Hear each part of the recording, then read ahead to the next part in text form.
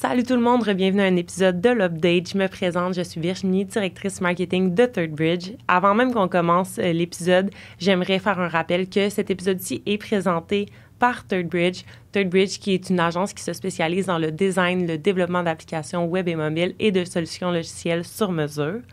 Aujourd'hui, pour l'épisode, on était avec nos cofondateurs de Third Bridge, Pierre-Étienne et Nicolas.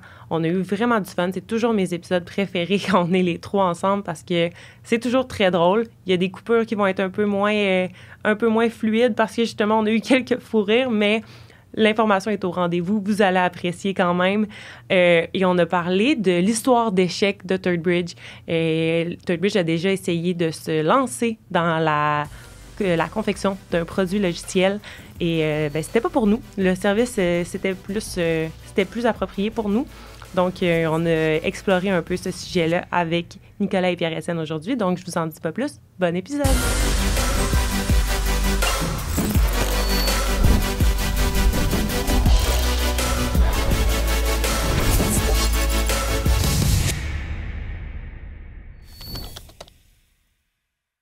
PE, Nick, re-bienvenue à l'Update. Salut! Ça va bien? Oui. Êtes-vous content d'être là? Toujours. Nice. All right. Aujourd'hui, gros épisode. Je sais pas pourquoi j'ai roulé meilleur comme ça. En tout cas, gros épisode. Énorme épisode. Oui, ça fait... Je pense que c'est le plus gros qu'on a jamais fait. Je pense que oui. Vraiment Le sujet abordé va être Massif. épique, incroyable. All right. titanic. Fait qu'on aborde aujourd'hui la plus grande histoire d'échec de Third Bridge. Êtes-vous prêts à en parler ouvertement, en toute vulnérabilité? Je n'irais pas jusqu'à appeler Alex la plus grande histoire d'échec. L'embauche de ton frère. Ouais. C'est un peu dur, mais bon. On peut en parler, on s'ouvre. On en parle. Fait qu'Alex, Ben il y avait non. des cheveux quand il a joint. C'est pareil dans la famille, tu sais. Le plus grand échec de mes parents. All right. C'est toujours dur comme sujet. Ouais, c'est ça. C'est délicat. Là, ça, c'était votre moment comique, là. C'est bon, hein? On revient au vrai sujet. Le vrai sujet, c'est quand Third Bridge a essayé de devenir une entreprise de produits. Ouais. Ouais. C'est dur comme C'était sujet. quoi le nom du produit? Ça s'appelait Offie. C'était quoi? Puis on a Ok. mis du temps, puis on maudit qu'on y croyait. Ben, on avait quand même un certain momentum, quand même, une raison d'y croire jusqu'à... Mais là, on prend de l'avance. Ouais, c'est sur ça. les- Allez pas trop Ouais, vite. c'est pas trop- Commençons par le début. Parle de là. l'idée. Ça là. fait quoi, C'était Offie? c'était quoi le projet? Ben, Offie, en fait, à la base, on le développait un peu comme un projet interne quand on n'avait rien à faire aux stagiaires, principalement. Puis, c'était un peu pour gérer nos espaces de bureau parce que, en fait, jusqu'à très récemment, on a toujours sous-loué des bureaux à d'autres compagnies, principalement des compagnies de marketing. Puis, ben, en étant coloc, des fois, ça venait avec certains besoins là, de mieux partager l'information, dont la gestion des salles de conférence. Fait que salle de conférence, c'était toujours un bordel. T'arrivais, t'avais réservé, mais il y avait déjà quelqu'un dedans. Fait qu'il y avait un enjeu de réservation des salles de conférence. Fait qu'on s'était fait un outil pour ça, pour mieux gérer les salles de conférence avec nos colocs. Puis, à cet outil-là, on a rajouté plein de petits features fun, genre... On avait un fût de bière au bureau, puis on était en mesure de savoir en temps réel combien il restait de bière dans le fût de bière. On avait aussi un bouton qui nous permettait d'ouvrir et fermer la lumière. Puis à noter que c'était pas une lumière intelligente, c'était un bouton sur le mur, puis on avait en fait un de nos stagiaires qui était comme Jimmy Neutron, qui était un whiz, qui était capable de faire plein de bébelles de même, avait 3D print un doigt qui allait mécaniquement avec un petit robot moteur appuyé sur le bouton pour ouvrir et fermer la lumière. Fait qu'on s'était développé ça. Mais t'oublies un gros feature, là, la gestion des visiteurs aussi, qui est un autre gros module. Mais ça, c'est venu plus tard. C'est pour ça que je ne l'ai pas dit encore, mais... On l'avait-tu? On l'avait pas au début? On l'avait au début? Je pense que oui. OK. Fait que, ouais, j'ai réception des visiteurs avec un iPad aussi, que je pensais que c'était venu sur le tard, mais OK. Fait que c'est ça. Fait qu'on avait ça, là, qui était comme un peu un melting pot de gestion d'espace de bureau. On l'utilisait surtout à l'interne, mais on le showait off à des clients potentiels ou à du monde pour dire regardez ce qu'on fait, c'est hot, on voit le fût de bière. D'ailleurs, c'était pas toi sur une date qui avait montré que tu étais capable d'ouvrir et fermer les lumières du bureau? Oui. Raconte. C'est comme ça que j'ai séduit Kat. C'est vrai? Ton épouse. Mais on sortait ensemble à ce moment-là, je pense déjà, je crois. Bref, on marchait sur Sainte-Catherine. Le bureau qu'on avait à ce moment-là, C'était Sainte-Catherine puis McGill College. Fait que c'est prime spot, là. Fait qu'on se promenait sur Sainte-Catherine, puis là, je dis, tu vois, comme au 4e étage, juste là, check bien les lumières, puis là, je cliquais sur mon bouton, puis les lumières de l'étage au complet, puis le bureau était énorme, là, c'était comme 15 000 pieds carrés. Prime spot, puis là, je faisais flasher les lumières, puis je me trouvais donc cool. C'était vraiment all-in les lumières. Là. C'était toutes les lumières Une ouvertes switch. ou toutes les lumières fermées, Ok. une seule switch. Tu peux pas faire une petite ambiance. Puis il y avait un sinon. timer. Ok. Pourquoi qu'on l'a bâti? C'est parce qu'il y avait un timer Ouais. à partir de comme 6 heures du soir. Les lumières s'éteignaient à chaque comme 20 minutes. OK. Fait que si tu travaillais overtime, fallait que tu te lèves, tu étais dans le coin du bureau, tu marches jusqu'à l'entrée, tu pèses sur le bouton, puis tu reviennes à chaque 20 minutes. Fait que c'était comme mal fait, puis on voulait trouver une solution pour ça. Exact. Fait que ça, on le montrait à des gens, puis il y avait beaucoup d'intérêt pour les gens voulaient avoir ça dans leur bureau. Surtout éventuellement avec d'autres colocs. On a déménagé avec d'autres colocs qui eux aussi le voulaient. Fait qu'à ce moment-là, on a décidé de le faire de façon plus, je sais pas, en mode SaaS un peu, là, qu'on puisse non seulement l'avoir nous, mais aussi le vendre à d'autres clients potentiels. Fait que c'était Offie à ce moment-là. C'est quelque chose que vous avez 100% développé à l'interne. Vous n'avez pas été chercher de l'aide ailleurs. Là. C'était vraiment le produit pour répondre à vos besoins à vous initialement. Puis ensuite de ça, une fois que les besoins étaient répondus, on est allé s'adapter en fonction de la demande puis des besoins des autres. Ouais, puis c'était comme, dans notre tête, on était sur la bonne voie du fait qu'on répondait à notre besoin. On avait un peu l'expertise pour le bâtir. On regardait des gens comme Gsoft qui avaient réussi à faire un peu cette formule-là. Du moins, on connaissait pas du tout leur recette, mais on était comme, hey, une compagnie de service qui est flippée en compagnie de produits, c'est le chemin à prendre. Puis voici, Office, c'est notre projet qui va nous emmener à la gloire. Mais on n'avait pas le bon mindset, je pense, à ce moment-là. On a quand même senti beaucoup d'intérêt par rapport aux produits. Puis il y avait de la compétition. Il y avait déjà des trucs qui existaient dans ce sens-là. Mais malgré ça, on sentait quand même un intérêt. La compétition était beaucoup des États-Unis, puis souvent au Québec. Si tu peux avoir une alternative québécoise, les gens ils sont quand même cool là-dessus dans le marché. Fait qu'on sentait qu'il y avait des gens qui voulaient utiliser notre solution. Fait qu'à un certain point, c'est ça, on a vraiment décidé de comme ouvrir ce département-là chez Third Bridge. Là, on s'entend, on était 12, là, mais c'était comme ça, c'est l'équipe qui travaille exclusivement sur le projet Offie. Puis on avait même fait une embauche d'une personne en marketing pour essayer de vendre la solution à des clients potentiels. Puis on avait une couple de clients là, dans notre pic, je sais pas, je vais vous dire 5-6 peut-être. Des clients dont Hydro-Québec. Dont Hydro-Québec, qui payaient ça une mensualité, un cégep aussi, il me semble. Un cégep Édouard-Montpetit. Payaient une mensualité pour utiliser le système. Là. Fait qu'à la base, OK, il y avait le produit pour répondre à vos besoins, mais il y avait aussi l'aspiration de switcher complètement en produit, right? À un certain point, où il y avait tout le temps, on continue Third Bridge, on continue le service, ou éventuellement... C'était un peu notre home run. Dans notre tête, on était comme, si on réussit le produit, on sait que c'est là la valorisation qui est vraiment intéressante en logiciel, mais notre mindset est encore en service. Puis c'est là un peu, peut-être, première erreur qu'on peut identifier, c'était le fait que notre mindset était pas du tout prêt à supporter un produit. On était très en mode, on fait du service en premier, puis le produit, même si on avait, disons, des gens qui étaient dédiés au produit, on n'était pas gêné des fois d'aller les chercher ou de les arrêter dans leur travail de produit pour les retirer vers le service. Fait qu'on n'a jamais, on dirait qu'on s'est pas commit à vraiment faire du produit all-in, let's go. On arrête de faire de l'argent avec le service, puis on focus sur le produit. Ouais, puis c'est une erreur qu'on s'est fait flaguer quand même tôt en plus dans le processus, mais I guess l'arrogance de la jeunesse, on s'est dit ça nous regarde pas. Mais non, mon père qui est en financement nous avait dit, tu sais, nous on fait vraiment attention, on finance pas des compagnies, tu sais, qui ont déjà une autre offre qui fonctionne. Fait que, tu sais, par exemple, nous on a le service qui fonctionne, dans lequel on est confortable, on est confiant. Puis après, ben tu as ce produit-là qui est un gros risque, puis il dit, nous, dans le fond, ce qu'on sait, c'est que quand tu investis dans ces compagnies-là, souvent, ils vont abandonner le produit dès qu'il y a quelconque obstacle pour retourner vers là où ils sont confortables, c'est-à-dire le service dans notre cas. Puis c'est ce qui est arrivé. C'est on peut exactement. fast-forward, là, puis on fera un peu le yo-yo dans la ligne de temps, là, mais on a bâti un logiciel pour les bureaux, pour l'optimisation des espaces de bureaux physiques. On arrivait à un moment où on voulait aller accélérer un peu le développement Mhm. de ce produit-là, puis la commercialisation du produit, puis là, la pandémie est arrivée. Ouais. Puis notre réflexe n'a pas été de se dire « Hey, on continue à persévérer dans ce produit-là », ça a été « Laisse faire le produit », pas pour dire le F, le produit, puis on focus sur le service, puis on rentre de l'argent dans la compagnie.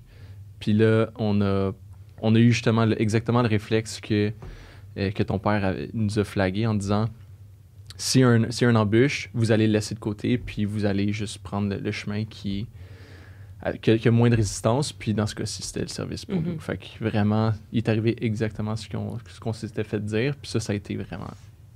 La sagesse paternelle. Ouais, effrayant. Jerry avait prédit l'avenir. Ouais. Ouais. Ouais. Mais Mais les jardins ont des beaux investissements. Pour notre défense, c'était quand même une pandémie mondiale. Ouais, non, c'est ça. Puis les gens allaient pas au bureau, puis c'était un outil pour le bureau. Là. Fait que- Ouais. Exact. Fait qu'on aurait pu faire des pivots, on aurait pu faire d'autres Ouais. choses. Mais le pire, c'est que j'ai le feeling que c'est ça, soit un pivot ou même continuer parce que nos clients qui l'avaient déjà ont continué de nous payer pendant. Tu sais, parce qu'on l'a pas genre mis la hache tout de suite. Là. On était comme on arrête le développement pour ça, mais on continue de le maintenir puis de le garder. Puis on a gardé des clients jusqu'à très récemment quand on a officiellement dit qu'on. Qui avait oublié Ok. qu'il payait la licence mensuelle.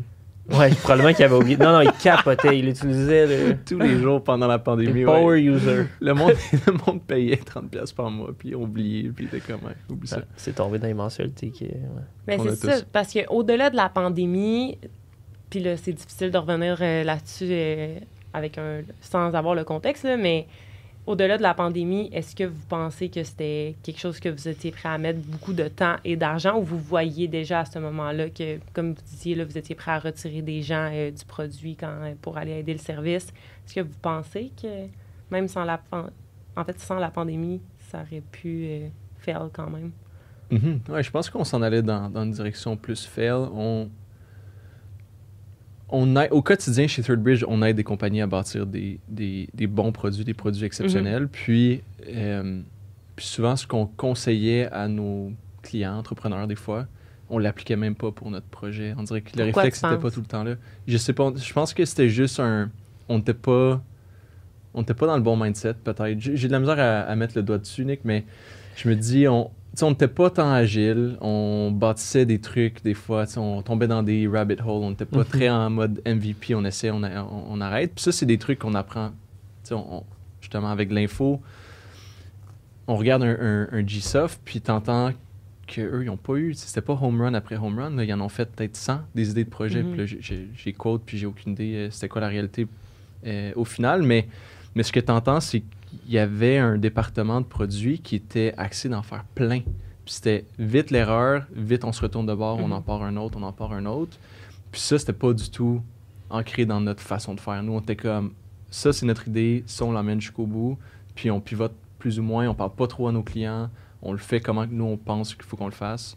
Fait qu'on était un peu genre heads down, on faisait nos trucs, puis on Je était un pense peu que. Ouais, ils sont tellement structurés. Là. C'était quand même ça. Tu sais, c'était de l'opportunisme de. Ah, il y a des gens intéressés par la bidule qu'on s'est faite pour nous. Fait qu'on continue de même. Puis là, tu sais, on partait dans les rabbit holes sans jamais genre prendre comme un bout pour dire check combien on met là-dedans. C'est quoi la structure qu'on met? Qui est la tête pensante? Tu sais, moi, j'étais beaucoup en charge du développement, mais j'étais pas en charge de comme penser au produit. Fait que là, ça, c'est tricky quand tu mets juste quelqu'un qui code là, puis qui va pas genre réfléchir vraiment au produit. Fait que juste une mauvaise structure basée sur l'opportunisme. Puis on écoutait un client qui était notre coloc qui nous disait hey, on veut ça. Puis là, ben, plein de On le features faisait. ultra spécifiques à eux qui n'ont pas de valeur pour les autres. Fait que, ouais, c'était juste mal structuré puis très go with the flow comme on était à l'époque. Ouais. Puis on le voit aujourd'hui, si on part un nouveau projet avec, mettons, une start-up, on va commencer avec une phase design qui est exhaustive. Là. On va faire des entrevues utilisateurs, on va aller parler à tous les clients qui vont l'utiliser, plein de clients pour avoir différentes opinions, puis vraiment comprendre c'est quoi la dynamique, c'est quoi le besoin. On faisait pas ça, là. On n'avait pas tout designé non plus. On avait une coupe de maquettes, puis c'était comme Nick, let's go, part là-dessus, puis commence à développer. Puis on n'avait pas... on faisait pas nos devoirs, ultimement. Fait que on était un peu naïf dans notre approche. On était un peu, comme Nick dit, le go with the flow. Puis je pense qu'en produit, c'est une grave erreur. Là. Tu peux pas go with the flow. Il faut que tu sois stratégique, il faut que tu sois tactique. Puis on l'était pas du tout. Puis est-ce que vous diriez que sais, non seulement ça a pris plus de ressources, plus de temps, plus d'argent pour développer ça, est-ce que ça a créé un stress sur l'équipe? Est-ce que ça a changé la dynamique d'avoir ce produit-là ou justement, vu que vous gardiez quand même le mindset plus orienté vers le service, ça n'a pas trop touché la vibe de l'équipe à ce niveau-là? Ben, j'ai jamais ressenti que ça avait eu un impact, mais c'est sûr que, tu sais, plein de fonds qui étaient orientés, qui étaient, tu sais, générés par le service étaient réorientés vers ce produit-là. Fait que, tu sais, ils nous l'ont jamais dit, puis ils sont vraiment fins, mais peut-être qu'ils étaient comme, ah, fait que c'est pour ça que je suis mal payé, dans le fond, parce qu'on finance cette niaiserie-là. Je pense que l'équipe était quand même alignée avec l'idée de, tu sais, possiblement avoir un produit. Fait que puis, I guess qu'ils, je sais pas, là, ils ont jamais tant été sévères avec nous par rapport au fait qu'on le faisait pas nécessairement bien, là.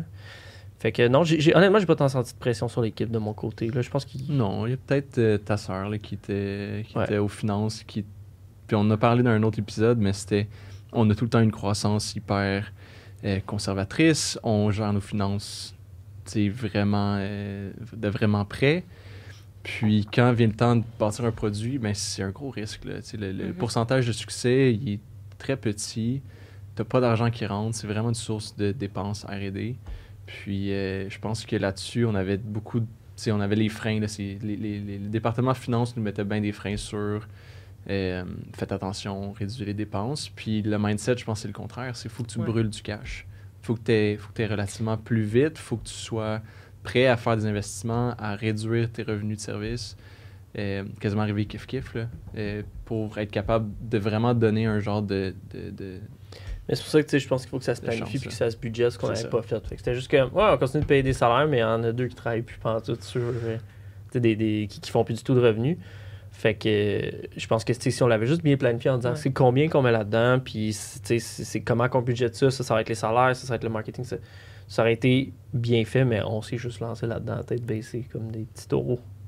Puis là, aujourd'hui, ben c'est plus rien. On a tiré la plug, puis on a fait un peu même le deuil sur le produit pour les prochaines années, pour vraiment focus sur le service. Parce que l'impact aussi d'avoir un produit, c'est que ça nuit au service. Nous, je pense que c'était une réalité qui n'était pas flagrante, mais je pense qu'avec la croissance, on l'aurait vu, notre focus était vraiment partagé. Fait que ma tête était, OK, il faut qu'on rende la business pour les ventes de services, mais il fallait aussi faire les ventes du produit, il fallait parler à des clients. Fait que le split faisait qu'il y avait moins d'attention sur le service. Ça dit, non seulement que tu draines les revenus, mais tu draines aussi le jus de cerveau puis l'attention que tu donnes au service. Fait que vraiment, là, c'était comme c'était valeur financière puis la matière grise qui était sortie de l'entreprise opérante de service vers une entreprise de produits qui était un gros gamble. Fait que... ouais. Puis je pense que bien le faire, ce serait de vraiment mettre une équipe en place qui est dédiée à ça puis qui n'a pas d'attente de l'autre bord. C'est comme, voici votre budget, voici votre projet, puis... Tu mets un mur, là. Bonne chance, c'est ça, il y a un mur, on va faire des catch-up une fois de temps en temps, mais vous faites vos affaires, on fait nos affaires, puis... Ouais, parce que c'est comme dans tout, là, si tu fais un peu de tout, tu fais tout à 50%, rien à 100%, là. Est-ce que tu sens qu'aujourd'hui, on serait plus équipé pour faire un Offie 2.0? Ben... Oui, mais je le ferais vraiment différemment, tu sais. J'ouvrirais une autre compagnie, carrément. Ah, ouais. Ce serait juste une autre compagnie, un autre projet. Puis, on prendrait des fonds de l'entreprise en l'investissant là-dedans. Puis, même là, encore là, je trouve ça tricky. Les fonds de l'entreprise, ça a toujours été dur à gérer, ce bout-là. De genre, qui est actionnaire? ThirdBridge est actionnaire de l'autre entreprise. Puis là, on se met à se parler. Je suis pas sûr qu'on serait capable de faire ça parce que c'est dur de tout s'aligner. Puis, il faut que tu aies l'accord de tous les actionnaires rendus là. Fait qu'à la limite, ce serait ouvrir une autre entreprise. On met des fonds personnels. Puis on met d'autres mondes en charge que nous, parce que nous, on a nos jobs chez ThirdBridge, puis on peut pas arrêter de les faire. Fait que moi, ce serait un peu comme ça. Mais je pense que oui, puis on pourrait... Tu sais, on aurait peut-être un bon bagage pour pouvoir l'idée ce projet-là, mais je le ferais vraiment différemment. Toi, tu le ferais-tu? Oui, ça me parle. Le produit, c'est sûr qu'on dirait que c'est un objectif que j'ai derrière la tête je pense qu'il va tout le temps être là. Par contre, c'est un méga soulagement aussi de me dire que la décision stratégique de l'entreprise pour les prochaines années, puis on parle de, disons, 3 ans, c'est on l'exclut le produit complètement. Puis ça, c'est rafraîchissant aussi, là. Quand on parle d'avoir un focus puis une direction claire, ça te permet de vraiment mettre toute ton énergie aux bonnes places. Puis le produit, des fois, ou même l'idée ou l'opportunité de produit vient nuire tout le temps ce focus-là. Fait que ouais, je pense qu'on serait mieux équipé pour répondre à la question. Je pense qu'on serait mieux équipé. Je pense qu'on aurait appris nos erreurs. Je le ferais un peu similaire à ce que tu viens de décrire. Des fonds, des gens, des responsables qui ont vraiment le focus sur le produit, puis qu'on n'a pas accès à tirer sur ces ficelles-là jamais. Là. Même si le service est catastrophique, on ne pourra jamais nuire au produit puis dire non, le focus, il faut qu'il revienne sur le service. Ça serait même pas une possibilité. Comment que je voudrais le structurer? Puis, ouais, mais je serais curieux d'entendre, tu sais, justement, Workly, comment ils l'ont fait pour créer des produits à l'intérieur d'une compagnie de service, puis faire un peu justement cette séparation-là entre les deux offres, même si c'est la même entreprise. Parce que même pour les gens à l'interne, je trouve que c'est une grosse décision. Tu sais, c'est leur entreprise à eux aussi. Ils ont commencé à travailler avec nous justement parce qu'on est une compagnie de service, puis à quelque part, ils recherchent ça aussi, puis c'est ça qu'ils suivent. Fait que d'arriver du jour au lendemain pour faire comme « Hey, on part un produit, on va réduire considérablement, on va gruger des marges de l'entreprise pour financer ça. Ça se peut que ça affecte vos augmentations. Il y a comme plein d'impacts que j'aurais vraiment de la misère à justifier. Puis fait que c'est pour ça de dire juste on part quelque chose d'autre, on mine nous un peu de financement, on va chercher d'autres financements. Ça me semblerait comme une meilleure séparation des choses, mais peut-être que... En même temps, je serais vraiment curieux de savoir comment Workly l'a fait, puis c'est quoi leur vision, parce qu'ils l'ont fait, puis il y a d'autres compagnies qui le font aussi. Là, fait que... Ça serait sûrement un des devoirs qu'on ferait avant de partir un produit, c'est vraiment de bien consulter notre réseau sur comment bien s'y prendre pour avoir le plus de succès possible. Si les gens de Workly vous écoutez en commentaire, dites-nous comment faire. Dites-nous les clés. Moi, vous avez fait. Non, mais eux, justement, ce qui est arrivé, c'est qu'ils ont parti les produits, puis après ça, ils ont scratch le service complètement aussi. Ouais. Là. Ça, c'était une autre chose. Mais pendant longtemps, les deux vivaient ensemble. C'est quand même récent. Je pense que c'est avec leur changement de Workly que là, ils ont... Non, ça fait longtemps. Non, ça fait un longtemps. bout? Ouais, okay. ça fait longtemps. OK. Désolé. On s'excuse aux gens de Je Workly. m'excuse aux gens de Workly en commentaire. Ouais. Mais si, justement, ThirdBridge avait à repartir un produit demain matin, avez-vous déjà des idées? Y a-t-il des choses que vous aimeriez faire? Pour de vrai, autant qu'on en fait, moi, je suis pas un gars de tant de produits. Pokémon Go, je pense. Ah oui, c'est vrai. Mais Digimon Go. Vous vous rappelez des Digimon? Digital Monster? Ils voulaient vraiment en parler, hein? Ouais, vraiment. C'est les best. C'est les best. Fait que ouais, je pense qu'on irait dans ça, là, un genre de jeu interactif avec des Pokéballs, des choses comme ça. C'est comme Pokémon Go, mais avec Tinder puis Uber. Ben... Si tu savais le nombre d'idées qu'on a eu, Virginie, là, des gens qui nous ont contactés avec des idées de produits. Puis je pense que maintenant, on est des meilleurs juges aussi. Oui. Rapidement, on est capable de dire « Hey boy! » Mais les hypes aussi ont comme passé, là, mais tu sais, à chaque fois qu'il y avait une app qui pognait, genre Tinder, là, c'était genre « OK, je veux faire Tinder, mais pour telle affaire. » Uber, tout le monde, là, je veux faire Uber, mais pour ça. Je veux faire Uber, mais pour ça. C'est quoi le meilleur que t'as entendu? Ben, là, je veux pas dire personne. Je me rappelle pas tant. Mais une des affaires qui m'avait fait bien gros rire, c'était notre contact form. Là, pendant un bout, on l'utilisait pour s'envoyer des niaiseries. Puis j'avais écrit j'aimerais ça faire une app, c'est comme Facebook, mais pour de la motocross. Puis j'avais écrit ça plein de fautes. Puis t'es comme c'est-tu qu'on reçoit des niaiseries? Qu'est-ce qu'on va faire? Ouais, non, dans les idées peut-être plus challengeantes, je sais pas.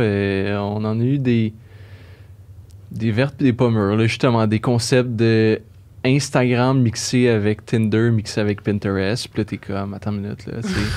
C'est souvent particulier parce que les gens arrivent puis ils disent, OK, je veux une app similaire à Uber, par exemple, mais pour le pelletage d'escalier, là, de neige. Là, tu te dis, fine, c'est peut-être une idée, il y a peut-être de quoi que je comprends pas. Ouais. Mais pour se rendre à une application comme un Uber, ben c'est des centaines de milliers de dollars qui sont investis. Puis Uber, où est-ce qu'il est aujourd'hui, c'est des milliards. Mais disons, dans ce temps-là, c'était des millions d'investis pour se rendre à une version qui est commercialisable, qui a de l'expansion, Puis Puis le monde arrivait, puis ils sont comme, ouais, j'ai 10 000 pour bâtir cette application-là. Fait que des fois, les concepts étaient une chose, là, fait qu'ils pouvaient être absurdes par moment, mais des fois, c'était le budget qui était absurde. Puis c'était comme, hey, le monde n'a pas du tout l'éducation sur c'est quoi le travail derrière un projet comme ça. Mais pour n'importe qui a un concept, justement, ou une idée, un projet, ce serait quoi les devoirs à faire au préalable avant de, justement, se rendre à pitcher son idée sans nécessairement avoir pu évaluer combien ça peut coûter ou si c'est même réaliste et pertinent?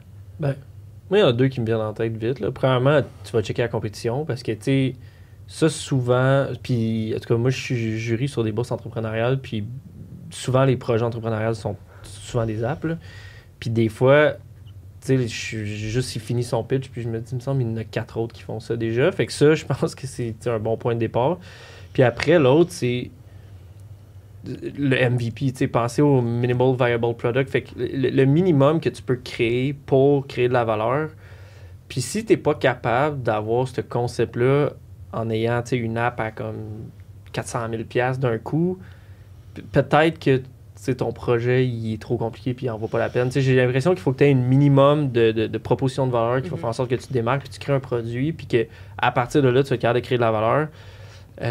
Si t'as pas ça, ben t'es peut-être juste en train d'en faire une autre app qui existe déjà. Puis, en tout cas, c'est un peu mon guess, mais je pense que le MVP, c'est un bon point de départ pour déjà, premièrement, sortir quelque chose puis valider ton idée. T'sais. C'est ça que tu veux faire rapidement, dans le fond. Que ça coûte le moins cher pour avoir une validation de est-ce que ça a de la valeur, ce que je fais en ce moment? T'sais? Ouais, je suis d'accord. J'ajouterais l'aspect parler à ses utilisateurs potentiels. On en parlait avec Kofi, on l'avait même pas fait ou à peine. C'est gratuit. Là. C'est ton temps que tu investis pour prendre le téléphone ou aller rencontrer des utilisateurs pour leur dire qu'est-ce que tu penses de mon idée. Est-ce que ça crée de la valeur pour toi? Puis souvent, il y a des gens qu'on va rencontrer puis ils sont comme non, il faut que tu me signes un NDA avant que je te parle de mon idée. Puis je trouve ça absurde parce que l'idée vaut rien. C'est l'exécution qui va changer tout. Puis, parle-en au plus de gens possible. S'il y a un conseil, là, c'est parle-en de ton idée. Parce que de la garder pour toi proche du cœur puis de dire que tu as la meilleure idée du monde, il y en a 1000 autres personnes qui ont pensé à la même idée. C'est une game d'exécution. Puis, il y a souvent le monde me font rire quand ils me disent ah, tu sais, Snapchat, là, j'y avais pensé. Là. C'est juste que j'avais pas eu le temps de le bâtir puis de le développer. Ah, telle app, j'y ai pensé, mais c'était mon idée à moi. Puis j'étais comme, non, tu sais, c'est juste, cette personne-là a eu l'idée aussi, puis a été capable de l'exécuter, puis toi, non. Puis c'est là un peu que tu vois les succès puis les échecs. Donc, parle à tes utilisateurs, c'est facile, c'est gratuit, puis tu vas te chercher tellement de données sur qu'est-ce qui crée réellement de la valeur. Deuxièmement, c'est d'être scrappy. Donc, un peu le mode MVP, c'est comment est-ce que tu fais pour répondre à tes questions, à tes hypothèses le plus rapidement possible? Puis souvent, tu n'as même pas besoin d'écrire du code. Tu as des outils maintenant, tu as du drag and drop, tu as des Google Forms, tu as des Monkey Survey que tu es capable de faire qui vont recréer un peu ton produit, mais que tu vas avoir beaucoup de travail manuel à faire. Il n'y a rien d'automatisé, il n'y a rien de scripté ou de codé, mais ça fait pas mal ce que tu veux faire. C'est juste un peu tout croche, puis ça te demande plein d'énergie. Fais-le toi-même. Puis une fois que ça va être validé, ben là, tu peux mettre l'argent. Là, tu peux aller voir des investisseurs. Là, tu peux commencer à investir en design. Là, tu peux commencer à dire, je me bâtis vraiment le produit final qui est intéressant pour moi. Parce qu'avant ça, tu perds ton temps, tu perds ton argent. Odds are, tu te trompes, tu n'as pas la bonne hypothèse, tu n'as pas la bonne idée, il faut que tu fasses un pivot, il faut que tu changes des trucs parce que tu ne crées pas vraiment de la valeur. Fait qu'à n'importe qui veut se bâtir une application, la première étape, c'est pas de contacter des développeurs. La première étape, c'est de tester ce que tu veux faire. Oui, exact. Le monde qui dit là, je veux un petit icône là, sur le téléphone, là, c'est ça que je veux. J'ai comme, ben oui, mais avant que tu te rendes là, fais un peu tes devoirs. Ouais. Puis justement, en parlant de devoirs, en faisant le parallèle vers Office, avec les conseils que vous venez de donner, est-ce que vous sentez qu'il y a des étapes qui ont été skippées au-delà de justement sonder les utilisateurs? Ben, pas mal toutes. Qu'est-ce qu'on a fait de bien, Nick? On n'avait pas d'MVP. On est allé all-in dans du gros développement rapidement. Ça, c'était casse-gueule. Il aurait fallu trouver une façon plus light de créer un produit qui nous permette, qu'on peut vendre, qu'on peut valider, que les gens aiment. Quoi d'autre qu'on n'a pas fait? La compétition, je suis même pas sûr qu'on avait checké avant de se lancer. On l'a checké par après, puis éventuellement, on a commencé à se positionner par rapport à ça, mais on savait pas s'il y en avait ou non avant même de le faire. Pas parler à personne. Tu sais, à part nos colocs, on n'a pas tant validé que c'était un besoin avec grand monde d'autres que nous puis nos colocs. On les a toutes pas mal pas faites. Un défi qui était tough aussi, c'était genre le pricing. Je me souviens qu'on avait, on avait gossé là-dessus pas mal. Tu sais, c'est quoi la valeur qu'on crée? Les gens paieraient combien pour ça?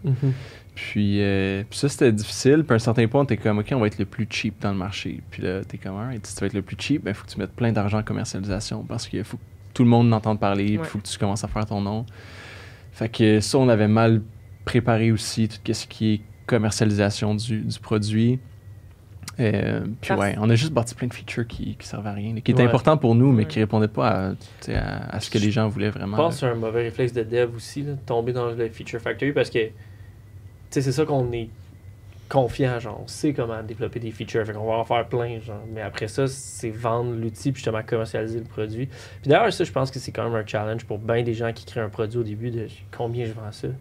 C'est vraiment dur, c'est dur de voir combien je vais avoir des clients, puis c'est quoi le prix pour être capable de rentabiliser. Fait que tu sais, des fois, de réaliser trop tard que ton prix n'a pas d'allure puis que tu seras jamais capable de rentabiliser ou de te payer avec le prix que tu as mis. Ou tu sais, justement, arriver au début et faire comme ça vaut quoi ça? T'sais, qu'est-ce que je crée comme valeur? C'est très dur à répondre souvent pour des produits SaaS de même. Ouais, tough. Fait qu'il y a le prix, il y a même comment tu le vends, à qui tu le vends. On allait à des genres de trade shows au Palais des Congrès, on avait notre petit stand, nos iPads, nos trucs, puis t'es comme, man, c'est tellement pas la bonne audience, qu'est-ce qu'on fait ici? Fait que on mettait des sous aux mauvaises places, on n'avait pas fait nos devoirs. À quel moment t'es rendu dans le développement de ton produit qu'il faut que tu te mettes à investir massivement en marketing puis en développement des affaires? Est-ce que c'est dès la phase de MVP, même avant? Je pense pas, non. Je pense que faut que tu le considères à terme. J'aurais tendance à dire, puis là, je veux dire, on en a un, puis on s'est planté, là, fait que nos conseils valent ce qu'ils valent. Mais on peut le voir avec nos clients un peu aussi. Ouais. Effectivement. Mais non, j'aurais tendance à dire que pour le MVP, c'est surtout de valider que ça crée de la valeur, que les gens l'utilisent, puis de peut-être plus le bouche à oreille là, pour ce qui est de le vendre. Là. Puis après, une fois que tu as validé puis que tu as reçu du feedback, là, tu crées peut-être une V1, puis là, je commencerai à mettre plus dans le marketing. Mais au début, ce serait peut-être plus de genre, es-tu capable, juste rapidement avec ton réseau, de faire une coupe de vente avec ça? Puis de créer de la valeur, puis d'avoir du feedback. Là. Ouais, puis il y a une question de timing aussi. Là. Donc, dépendamment de t'en es où ton produit, quoi. Fait que là, on peut regarder l'exemple du AI. Tu as plein d'outils qui sont en train de sortir. Plus de base, mais avec du AI. Fait que le AI pour écrire des, je sais pas quoi, là, des reviews ou de faire des articles de blog, des affaires comme ça. Il y en a 1000 outils qui sont sortis rapidement. Puis si c'était mon idée, il aurait fallu que j'investisse rapidement dans le développement pour être capable d'avoir une opportunité dans le marché. Fait que ça dépend un peu c'est quoi ton idée, c'est quoi ton projet, à quel point que c'est sensible dans le temps d'aller au marché avec un produit de qualité. Si c'est pas si sensible que ça, prends ton temps et essaie de les tirer le plus possible pour être sûr de ton coût. Si c'est hyper sensible, là, tu vas aller chercher de l'investissement, puis tu vas vouloir prendre ce cash-là, puis vraiment le mettre dans ton produit, puis développer un produit logiciel qui est prêt à être commercialisé le plus vite possible. Fait que ça dépend, je pense, de c'est quoi le type de produit que tu es en train de développer, c'est quoi ton idée. Puis, dépendamment du timing pour le marché, à quel point la compétition est agressive, ça peut dicter un peu aussi ta stratégie. Puis j'en parlais dans l'autre épisode, mais c'est ça un peu qui devrait driver ta décision de croissance puis d'investissement. Fait que, faut-tu que tu te grouilles ou est-ce que tu as un peu de temps? Puis si tu as un peu de temps, tu es capable de retarder la phase d'investissement puis la phase de dépenses en logiciel, d'avoir une équipe, un fournisseur comme nous, peu importe. Là. Fait que, moi, je pense que c'est à garder en tête. Genre, le Facebook, même pour les motocross, c'était vraiment sensible. C'était vraiment sensible dans le temps. Fait qu'il fallait que tu te grouilles, il fallait que tu mettes beaucoup d'investissement. Ouais, non, c'est ça. Puis j'ai manqué ma shot. T'as manqué ta shot. C'est l'opportunité passée. Ouais. Le motocross, ouais. Qu'est-ce que vous pensez que l'histoire d'échec avec Offie vous a amené dans votre parcours d'entrepreneur? Est-ce qu'il y a... Ben, c'est juste mon papa qui m'a dit « Je te l'avais dit! » Écoutez mon papa. C'est ça la leçon. T'as pas une leçon que t'as tirée de ça? Non. Ben oui, mais tu sais, justement, écouter les conseils, c'est une joke, là, Ouais. mais tu sais, au début, on avait vraiment beaucoup de flags là, par rapport à la fille, puis un peu une arrogance, faire comme, ben non, on le fait, puis tu sais, peut-être de plus écouter, puis ouais, peut-être plus prendre le temps aussi de planifier ce genre de choses-là. Là. C'est pas le genre de décision que tu prends sur un coin de table, puis ok, demain, on commence à faire ça, puis c'est un peu ça qu'on a fait, fait que Ouais. ça, pour moi, c'est comme, tu sais, des gros moves de même, ça se réfléchit, ça se planifie, fait que de plus planifier, puis plus d'avoir une vision, un objectif aussi. Là. Tu sais, je pense qu'on n'avait pas tant de vision. Tu sais, on dit qu'on voulait switcher au produit, mais ça n'a jamais été tant discuté ou officialisé dans l'entreprise. Fait que, tu sais, de réellement se dire, check, nous, d'ici 2 ans, on veut être une compagnie de produits.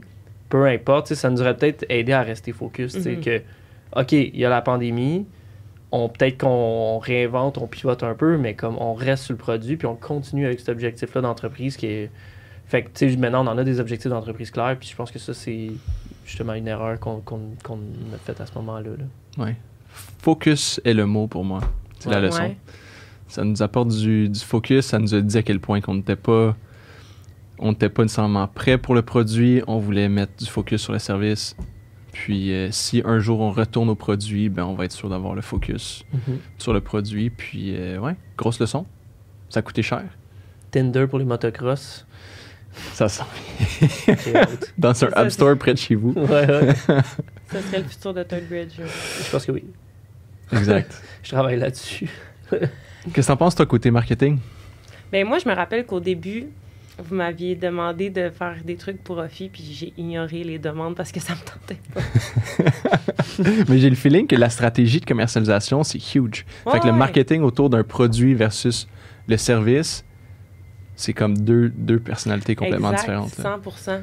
Vraiment. C'est pas du tout la même game, puis c'est pas du tout le même type d'investissement non plus. Là, puis j'imagine que ça peut être effrayant pour des gens qui ont pas... Tu sais, vous aviez jamais investi en marketing avant mon arrivée. Mm-mm. Puis même là, au début, on était encore une fois alignés au comment la compagnie gère son argent. Là. Fait qu'on était très conservateurs, on n'en mettait pas beaucoup d'argent, puis on a testé des trucs avant de se dire « OK, ça fonctionne, mettons plus d'argent. » Mais là, ça aurait été quand même quelque chose de... Non seulement moi, qui sort de l'école, qui sait quelques trucs, mais qui n'avait pas nécessairement dépensé des gros budgets, là, de vous arriver puis de dire « OK, là, si on veut réellement que ce produit-là marche, pour mettre X montant dans ces événements-là, dans ce placement-là de médias ou whatever. » Je pense que... Ouais, tu serais plus équipé aujourd'hui pour gérer... Encore là, je me suis encore une fois un peu plus spécifiée dans le service. Ouais.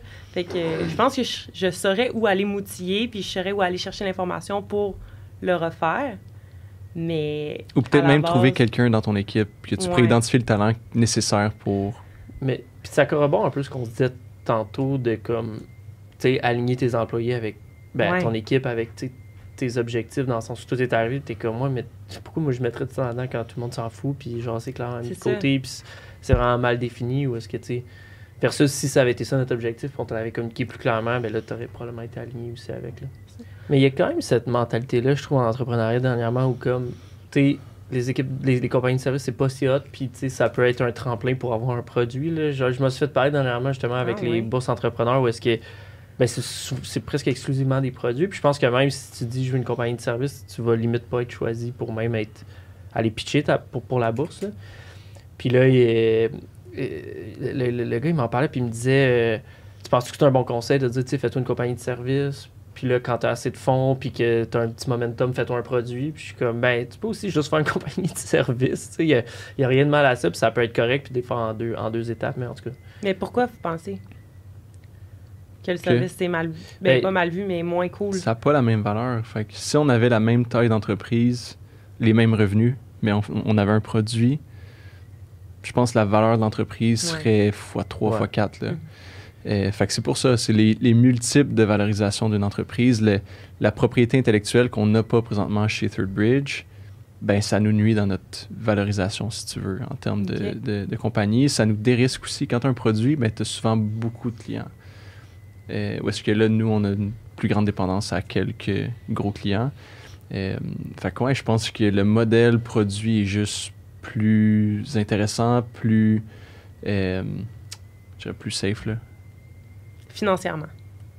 Financièrement, pour investisseurs, pour des entrepreneurs. Je pense que c'est plus scalable. Nous, si on veut doubler nos revenus, il faut qu'on double notre équipe, ou à peu près. Dans le produit, tu peux doubler tes revenus avec la même équipe. Donc, c'est vraiment intéressant en software de faire du produit, c'est la mine d'or. Fait que je pense que c'est un peu ça l'objectif ultimement d'un entrepreneur qui veut faire du cash. Ben, tu vas tout de suite te référer à du produit. Dans notre cas, c'est une compagnie de lifestyle. Fait qu'on l'accepte, on est bien là-dedans, on vit nos vies super bien. Puis, à un certain point, on a eu le déclic de se dire, ben, let's go, c'est là qu'on focus. Puis, on est bien, ça fit avec nos personnalités, ça fit avec nos ambitions. Puis, ouais, je suis bien content avec ça. C'est juste que c'est moins sexy à cause que ça vaut. T'auras pas une vente de 1 milliard un jour de Third Bridge parce qu'on n'a pas de produit. Impossible. Ouais. Puis, pour du financement aussi. Pour du financement. On l'a jamais essayé, mais financer une compagnie de service, c'est pas mal moins excitant pour un investisseur qu'une compagnie de produits. Ouais. Fait que c'est pour ça. C'est pour ça, Virginie. C'est pour ça, Nini. Merci beaucoup. Quel conseil vous aimeriez donner à quelqu'un qui veut potentiellement se lancer en produit et qui n'est pas trop sûr? Fais pas ça, non. Compagnie de service, c'est tellement plus nice. Ben oui. Avez-vous un conseil? Faites affaire avec Third Bridge. Ouais. Non, mais justement, on peut en parler de ça, entre autres. C'est quoi la valeur de recruter son équipe à l'interne versus d'aller travailler avec une compagnie de service? Nous, on a réalisé qu'à un certain point, il y a des types de compagnies. Tantôt, je parlais du timing, de la rapidité d'aller au marché. Tu as des startups qui vont réussir à faire les premières étapes un peu de leur côté. Puis à un certain point, ils vont chercher du financement. Puis quand le financement rentre, il y a beaucoup d'attentes envers ce capital-là. Il faut qu'il soit dépensé vite pour bâtir le produit qui va aller au marché. Fait que souvent, là, c'est le seed round qu'ils appellent. Cet argent-là sert à bâtir un produit qui va être commercialisable, qui va commencer à générer des revenus. Cette étape-là est hyper critique et difficile souvent pour les startups parce que si tu dois aller vite, il faut que tu fasses plein d'étapes critiques hyper rapidement, dont trouver ton talent à l'interne. Fait que, tu sais, recruter du talent, des fois, ça te prend 1 mois, 2 mois, 3 mois avant de te rendre compte si c'est le bon fit, si c'est les bonnes compétences. Puis de faire une erreur, c'est dispendieux, puis ça te retarde énormément. Fait qu'il y a plein d'erreurs qui peuvent être faites dans ces premiers mois-là que tu as l'argent dans ton compte de banque, puis il faut que tu pèses sur l'accélérateur.